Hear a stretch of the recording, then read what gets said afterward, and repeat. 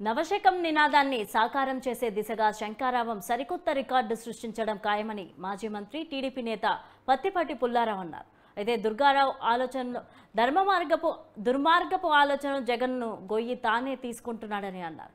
వరుస కార్యక్రమాలతో లోకేష్ ప్రజలకు చేరువవుతున్నారని పత్తిపాటి తెలిపారు. చిలకలూరిపేటలో పత్తిపాటి ఫౌండేషన్ ఆధ్వర్యంలో ఏర్పాటు చేసిన 34వ ఉచిత కంటి వైద్య శిబిరానికి హాజరైన ఆయన మాట్లాడారు. నియోజకవర్గ ప్రజల కోసం తమ ఫౌండేషన్ ద్వారా ఉచిత వైద్య శిబిరాలు నిరంతరాయంగా కొనసాగుతున్నాయని స్పష్టం చేశారు. ఉచిత కంటి పరీక్షలతో పేదలకు ఎంతో సౌఖ్యం చేకూరుతోందని తెలిపారు. కంటి శస్త్రచికిత్సలో అందుబాటులో శంకర్ కంటి ఆసుపత్రి దేశంలోనే ప్రథమ స్థానంలో ఉందని కొనియాడారు. రాజకీయాలతో సంబంధం లేకుండా ఇప్పటి వరకు 34,000 ఉచిత నేత్ర వైద్య శిబిరాలు నిర్వహించినట్లు పేర్కొన్నారు. ఈ నెల 18న విజయవాడ సెంచరీ ఆసుపత్రి సౌజన్యంతో మరో ఉచిత వైద్య శిబిరాన్ని నిర్వహిస్తున్నట్లు ఆయన తెలిపారు.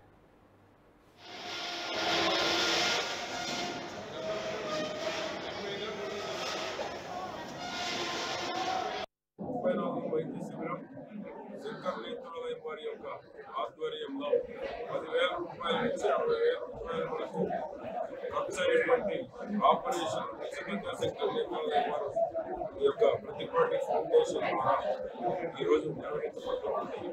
దీన్ని పేదవారందరూ సమాజంలో పేదవారు ఎవరైతే ఉన్నారో 10 రూపాయల కంటిని ఆరోగ్యంగా ఉండేటువంటి కానీ ఖర్చు పెట్టలేని స్థాయిలో అందరూ ఈ యొక్క ఉచిత మెగా కంటి వైద్య శిబిరాన్ని సద్వినియోగం చేసుకోవాలని కోరడం జరుగుతుంది.